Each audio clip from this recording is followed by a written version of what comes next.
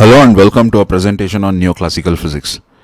Here we explain all physical phenomena, including quantum and relativistic processes, in classical terms, with a little modification. This is the closest thing to the grand unified theory as of now. Neophysics has the most accurate theories of physics.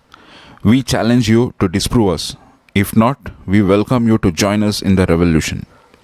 In this presentation, we discuss about a first principles based approach to understand aerodynamic lift and drag and the phenomena of stalling.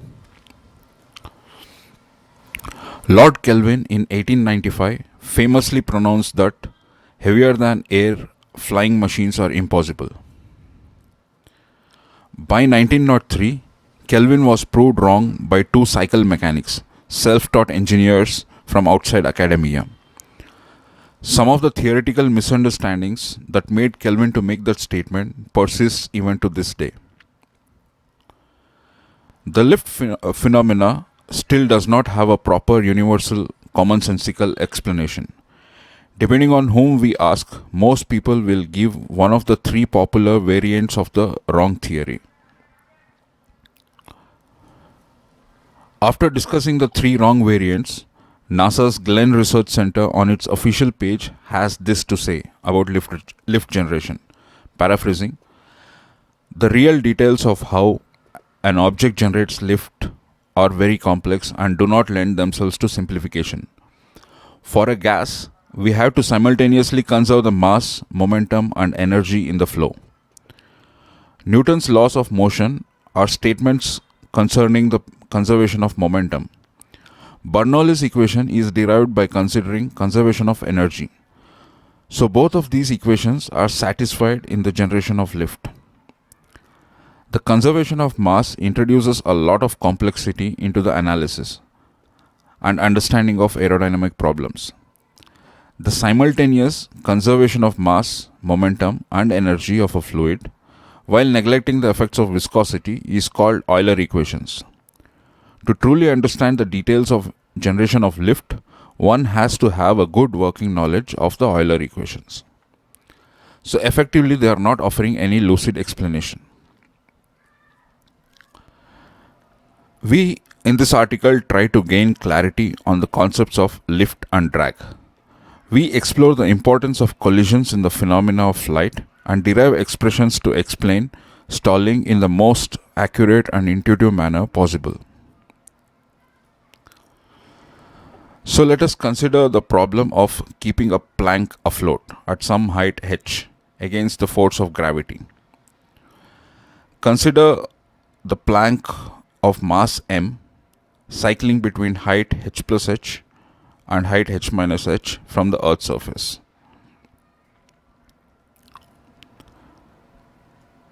This shows the time when the plank is at the maximum height, h plus h. This figure shows the time when the plank is at the minimum height, h minus h. For simplicity, assume that there is no atmosphere and we keep this plank afloat by bombarding it with smaller particles of mass m from below. Assume we throw n particles of mass m each at an instant. That is, in this one line there are n particles of mass m. And we do that every tm seconds, that there is a gap of tm seconds between these two layers. Assume we throw the smaller particles from the Earth's surface with an upward velocity of u meters per second. That is the initial velocity at the ground of these particles. They are thrown at u meters per second upward. Let us also assume that the collision between these, the plank of mass m and the bunch of smaller particles of mass small m happens at height h minus h. This kicks the plank up such that it reaches height h plus h before falling back. Let the time taken by one complete up-down cycle be tm seconds.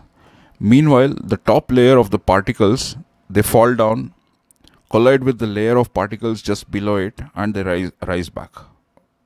They also have the time scale of tm seconds. So at height h minus h, let us assume the velocity of the plank falling down is v underscore big M. And the velocity of the particles rising up is v underscore small m. From Newton's laws, we get that v underscore big M, that is the Planck velocity, is 2 into square root of gh, and the particle velocity which are thrown at u meter per second from the ground, and they are measured at height h minus h, is this. So the time interval needed to drop from height h plus h to h minus h is Tm by 2. So therefore the total distance traveled in this time Tm by 2 is 2h. Therefore from Newton's law we get this expression where Tm is dependent on just h, or h is dependent on just Tm. In the collisions at height h minus h, for simplicity, assume the net momentum is 0. That is the momentum of the system Planck plus the top layer of the particles hitting the Planck. Those two added together, the momentum of those two added together is 0. So we get nmvm equals m into vm. From this we can derive the value of h. So we get the expression for h as this. This is the mean height at which the Planck floats, provided there are n particles of mass m being thrown at every tm seconds with a velocity u, then this will be the height at which the Planck stabilizes. We can interpret the collisions keeping the Planck afloat as a pressure differential balancing the force of gravity, much like how we argue in hydrostatic equilibrium. The velocity with which the particle hits the Planck with respect to the Planck frame is Vm plus Vm. That is, we consider this Planck to be at rest, and looking from the Planck, we see these particles approaching the Planck at Vm plus Vm meters per second. And they also go back with the same velocity. So the change in velocity at each impact site is twice this, 2 into Vm plus Vm. The time scale between impacts is Tm seconds. Therefore, the force F on the Planck during each impact or collision is this F into 2 into Vm plus 1 is the change. This is the time scale of the change. So this is the momentum, and this is the mass. So mass into rate of change of momentum, mass into rate of change of velocity is force. Therefore, the pressure felt by the Planck is P is force per unit area, where area A is the area of the bottom surface of this Planck, or the top surface, both the same. So we get this expression for pressure. Simplifying this, if we remove this Vm plus Vm and express everything in terms of m and g, we get this expression: P equals m plus mn into g by a. We can note that if this term m into n is much less than m, then we get this expression, which is the hydrostatic limit, which basically states that pressure into area, this is the force, is equal to mass into gravity. The mass into gravity of this Planck is being balanced by the pressure from this side. But in actuality, this is the formula we get, and this is the formula we expect from hydrostatic equilibrium. So now consider the case of a Planck moving at an angle theta. Assume the Planck is in an atmosphere with particles having a root mean square velocity of Vm meter per second. That is, the particles are moving in this direction with Vm meter per second and in this direction with Vm meter per second. For simplicity, we consider a 1D type interaction where the particle RMS velocity is along the line of motion of the Planck. And this effect will be the major contributor for whatever the lift or drag we see. When the Planck is moved at some angle of attack, it creates asymmetry. It increases the impact of collisions on one side and reduces the impact of collision on the other side. This simultaneously creates a lift and a drag on the Planck. So the Planck is moving with an angle of attack theta as shown. Let us assume n, the number of particles hitting the Planck at any instant, and Tm, the time scale between the collisions, they remain constant. This implies that the background density and the mean free path of the collisions on both sides of the plank are more or less similar. So this is the normal, this direction is normal to the surface. Sorry, it has got bent a little, it doesn't look like 90 degree, but consider this is the normal. So these velocities, whatever the effective velocity Vm plus Vm or Vm minus Vm on this side, they would ultimately be impacting the plank along this direction. We have to calculate their components along the normal to the surface. So we get on this direction, on this side, on the left side, we get this Vm plus Vm into sine theta, and on this direction we get Vm minus Vm into sine theta. So using these expressions, we know already the form of the pressure from an earlier analysis. So we just plug in the values of velocity in this formula. We get the pressure on the right side of the plank is given by this expression with Vm minus Vm into sine theta, and the pressure on the left side is slightly different, and it is given by Vm plus Vm into sine theta. So the pressure gradient across this surface will be given by del P equals P left minus P right, which basically gives this expression. Now the force on the plank can be calculated as force is equal to del P into the surface area of the plank. And once we get this, we can calculate the drag and lift components. Drag is the vertical component. Basically, it's in the direction of gravity. So it can balance the force of gravity and take the plank up. And this is the drag component, which is parallel to the direction of the motion of the plank, and it decelerates the plank. So force is defined as this. We get this expression. So the lift is f dot cos theta, which gives this expression, which depends on sine theta into cos theta, and the drag is f sine theta, and it depends on sine squared theta. So let us plot the graphs of these drag and lift factors. So the drag factor, since it depends on sine squared theta, it keeps increasing with the higher angle of attack. And lift, since it depends on sine theta into cos theta, it has a maximum around 45 degree and drops off at either of the ends. This figure shows the lift coefficient. And in one of the previous slides,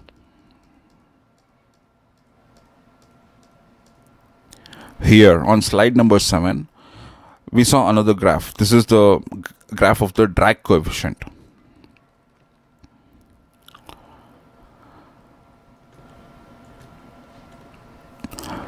So basically, these are the graphs from an experimental graph of drag coefficient on a flat plate NACA airfoil.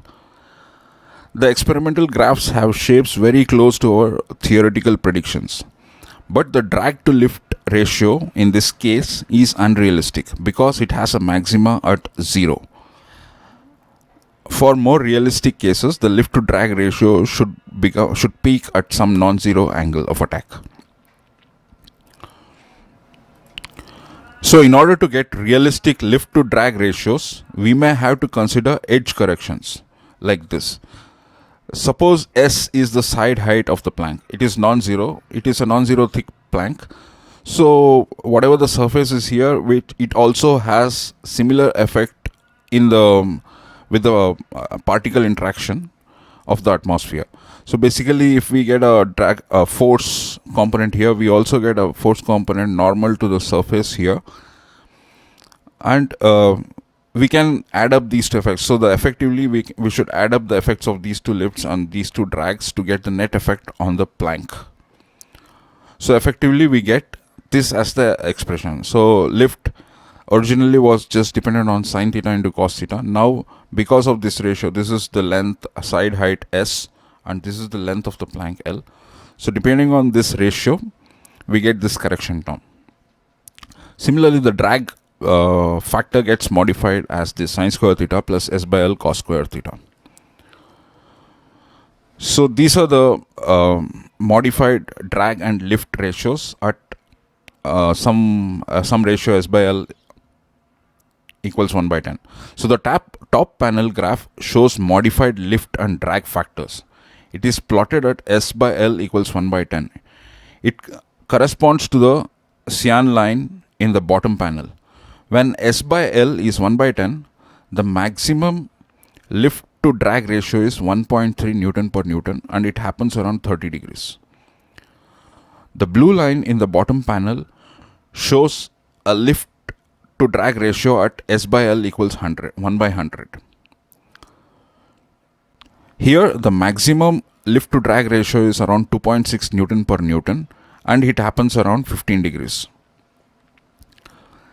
So we can note that as S by L ratio reduces, the peak of the lift to drag ratio enhances. It enhances here from 1.3 to 2.6. While the angle at which the ratio peaks reduces. It reduces from 30 degrees to 15 degrees.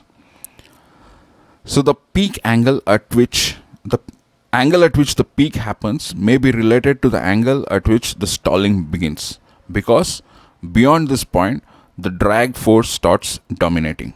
So this may be the most intuitive explanation for the stalling phenomena. So we end there. Thank you. Please visit neophysics.com/research.html. And in this context, we have a challenge. In the context of slide 17, that is this, the formulas we saw here. This is the hydrostatic limit. So in the context of slide 17, prove that the hydrostatic equilibrium, that is mg equals PA, is just enough to explain the floating plank. We don't need any other, we don't need any other expressions here. So prove that the hydrostatic equilibrium is enough to explain the floating plank and win $1,000 USD. Offer ends on 31st December 2021. Thank you again.